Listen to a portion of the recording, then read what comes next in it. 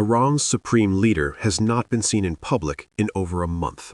He lost a leg. He suffered severe facial injuries. He is conducting the business of governing a country at war through audio calls, voice only, from an undisclosed location that his own government refuses to name. And the people who are supposed to be following his orders, they are not following the same orders.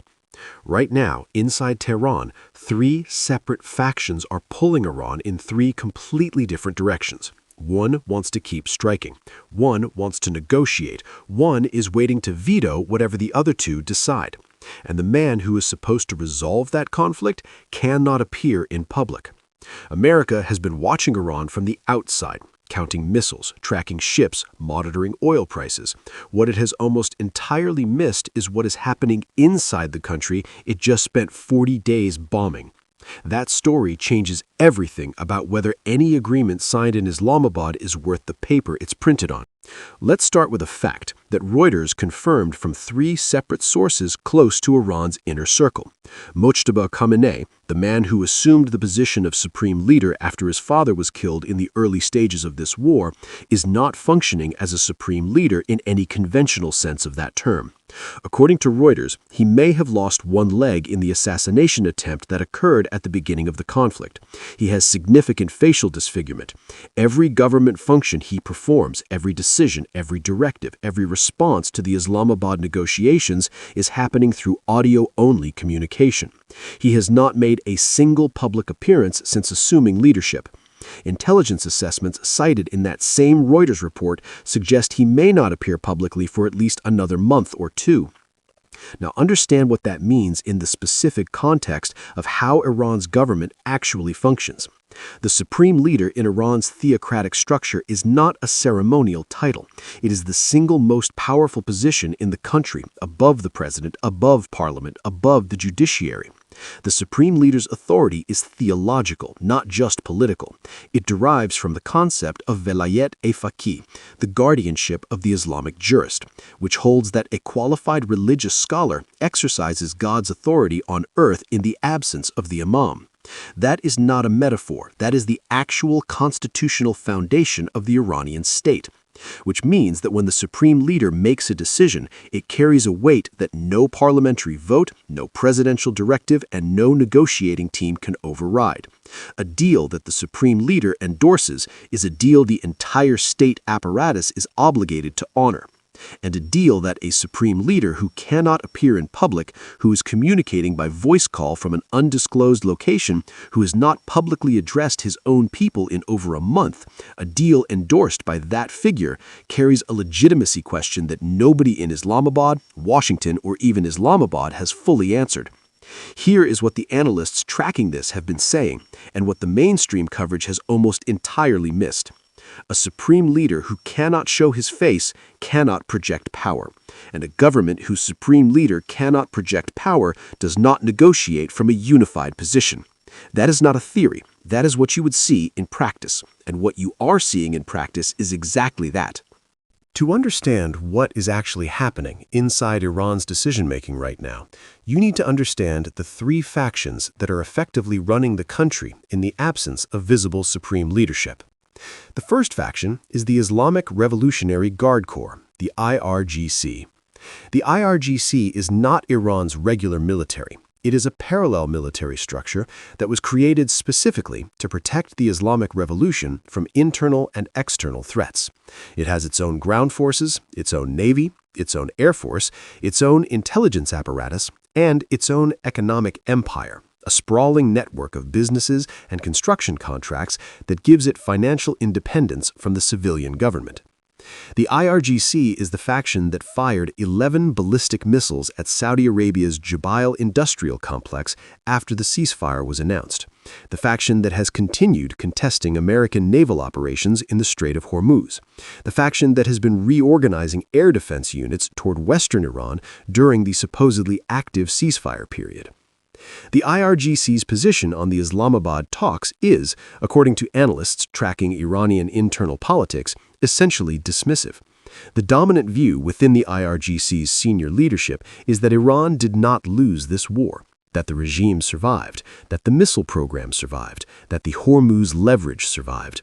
and that sitting across a table from American negotiators and giving ground on any of those points would be a betrayal of everything the IRGC fought and died to preserve. The IRGC does not need a living, visible supreme leader to continue operating. It has its own command structure, it has its own strategic logic, and it has, as this conflict is demonstrated, the capability to act independently of whatever the diplomatic track is producing in a Pakistani hotel conference room. The second faction is the parliament, currently led by Mohammad Bakr Khalib, the speaker who led Iran's negotiating delegation in Islamabad. Khalib is the face of Iran's diplomatic engagement.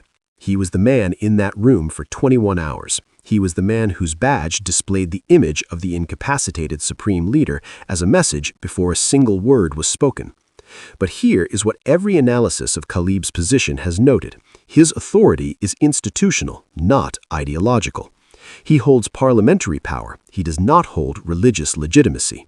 And in Iran's constitutional structure, a deal negotiated by a parliament speaker without the explicit, visible endorsement of the supreme leader is a deal that can be challenged, relitigated, and ultimately voided by anyone with sufficient religious standing to question it. Khalib knows this, which is why, according to reporting from analysts tracking Iranian internal dynamics, he arrived in Islamabad with a mandate to talk, but not necessarily a mandate to close, because closing a deal that subsequently gets torn apart by hardline clerics would be a political disaster for him personally and for the parliamentary faction more broadly. The third faction is the clerical establishment, the senior religious scholars whose blessing is required for any major state decision in Iran's theocratic framework. This is the faction that has been most silent in Western coverage and most consequential in Iranian domestic politics. The clerical establishment is watching the Islamabad talks with what one analyst described as theological skepticism. Their concern is not primarily strategic or economic. Their concern is whether any agreement that emerges from a process conducted without a visible, functioning supreme leader can carry genuine Islamic legitimacy. If the answer is no, and within the conservative clerical establishment there are powerful voices arguing that it is no, then the IRGC gets the cover it needs to continue its operations regardless of what Khalib's delegation agrees to in Pakistan. Three factions, three different definitions of what winning this conflict means, and a supreme leader who cannot appear in public to impose order on any of them. While Washington tracks missiles and Islamabad tracks negotiators, something else is happening in Iran that receives almost no coverage in any of the major Western outlets that have been following this conflict. The Iranian economy was severely damaged before this war started. 7 weeks of conflict, sustained American strikes, a near total collapse of oil export revenue from the Hormuz closure, and secondary sanctions that have cut Iran's banking access to international systems have not improved that situation. What analysts and journalists able to access Iranian social media, Farsi-language reporting, and diaspora sources have been documenting tells a very different story from the official narrative of national resilience that Tehran's state media is broadcasting. Fuel shortages inside Iran itself, not fuel shortages for export, fuel shortages for domestic consumption. Iran's refinery capacity, already damaged by years of sanctions-related underinvestment, has been further strained by the disruption of supply chains that the conflict generated. Queues at petrol stations in multiple Iranian cities have been documented on social media. Rationing at the pump has been reported in provinces outside Tehran. Inflation that was already severe before the war has accelerated. The Iranian rial, which had spent years in a managed decline against the dollar, has fallen further and faster during the conflict than at any comparable period. Goods that ordinary Iranian households depend on, basic food items, medicine, imported components, have become more expensive as the supply disruption compounds. And then there are the protests. Not the large-scale revolutionary uprising that Bolton and others in Washington hoped for, but consistent, grinding, localized demonstrations in working-class neighborhoods, in university towns, in provinces far from Tehran that do not make the international wire services, but have been documented persistently by Iranian human rights organizations and confirmed by diaspora reporting. These are not protests demanding regime change in the way that Western audiences might imagine. They are protests about bread and fuel and medicine. They're the protests of people who were already struggling before a 40-day bombing campaign made everything worse. And here is the piece of this that connects directly to the Islamabad negotiations. The Iranian government's domestic political survival does not depend only on the IRGC and the clerical establishment. It depends on not losing the passive consent of a population that has not risen up against the Islamic Republic in any sustained way across 40-plus years, even when the regime has done things that generated enormous popular anger. That passive consent is not infinite, and the economic pressure that the current situation is generating is precisely the kind of sustained, grinding, daily suffering that historically erodes it, which creates a dynamic that is deeply uncomfortable for the regime's hardline factions. Every week the Hormuz situation continues. Every week oil revenues remain suppressed. Every week fuel prices inside Iran rise and medicine becomes harder to find. The regime moves incrementally closer to the kind of internal pressure that it has historically been most afraid of. The IRGC's argument that Iran won this conflict and should negotiate from a position of strength is a strategic argument. The argument that ordinary Iranians are making at petrol stations and market queues is an economic one. And right now, nobody inside Iran's fractured government has a clear answer for how to reconcile those two arguments. There is a reason why this internal story hasn't received the coverage it deserves in Western media. And the reason is important because it explains why American policy toward Iran keeps making the same fundamental error. Washington, since 1979, has operated on an assumption about Iran that goes something like this.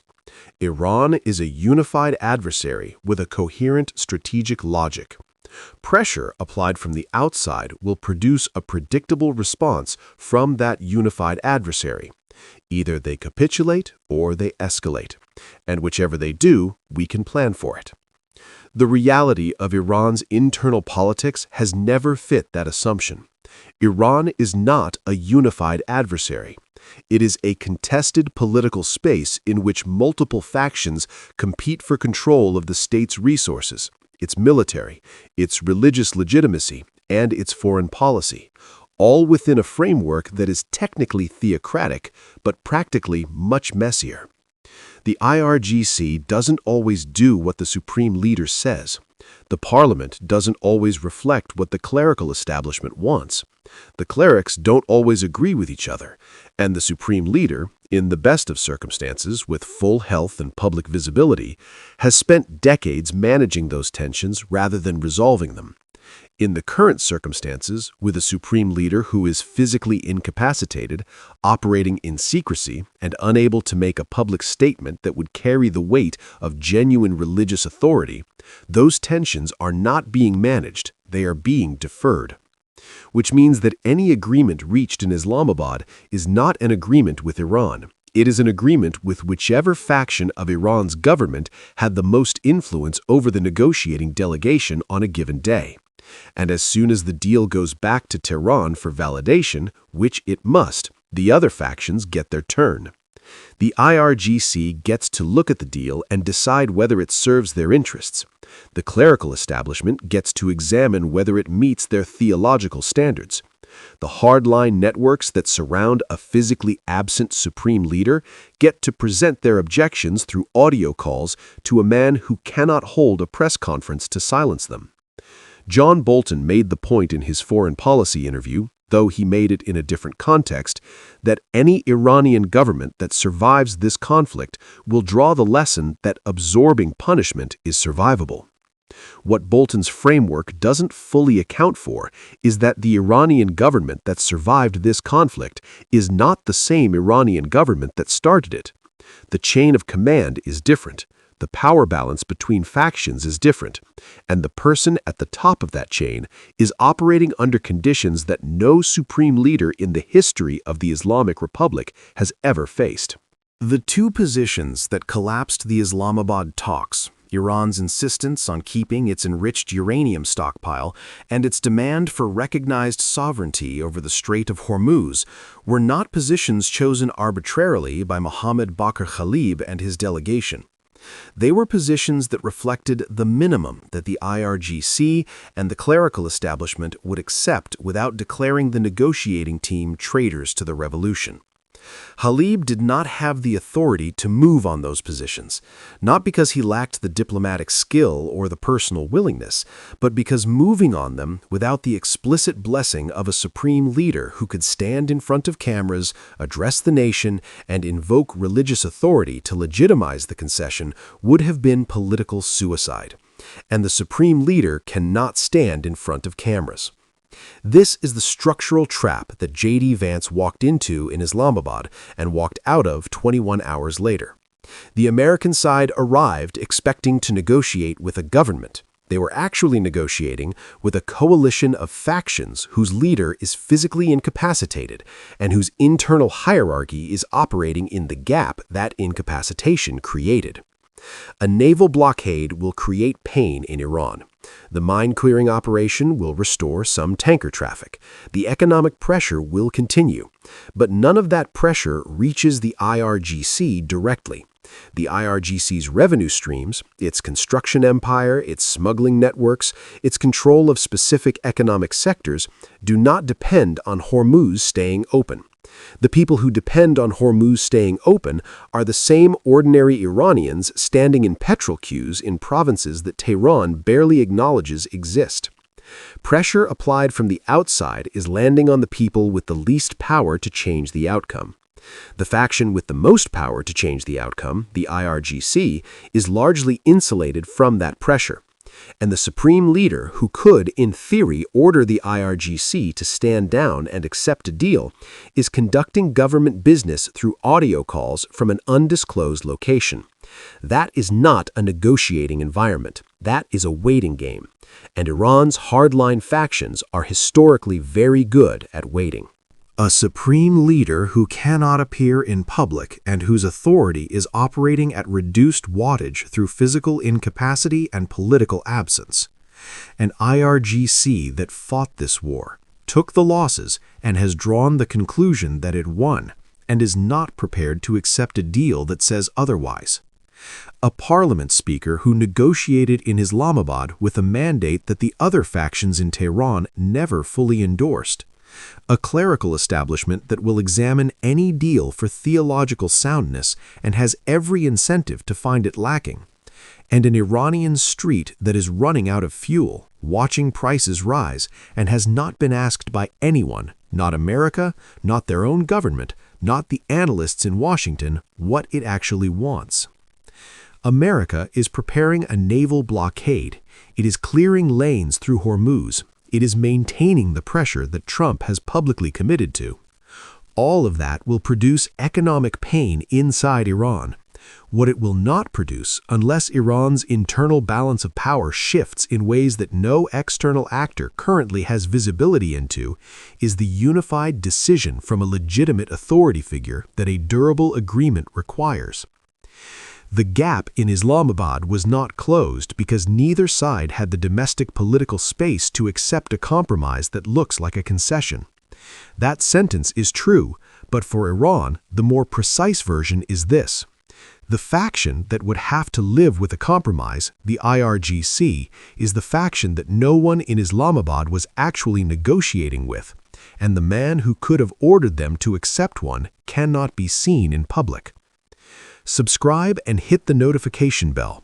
The next phase of this conflict depends on what happens inside Tehran as much as it depends on what happens in the Strait of Hormuz. And that internal story is the one that Western media is almost entirely missing. The next 72 hours are going to tell us whether a man running a government by audio call can hold his own factions together long enough for a deal to even be possible. We'll be watching.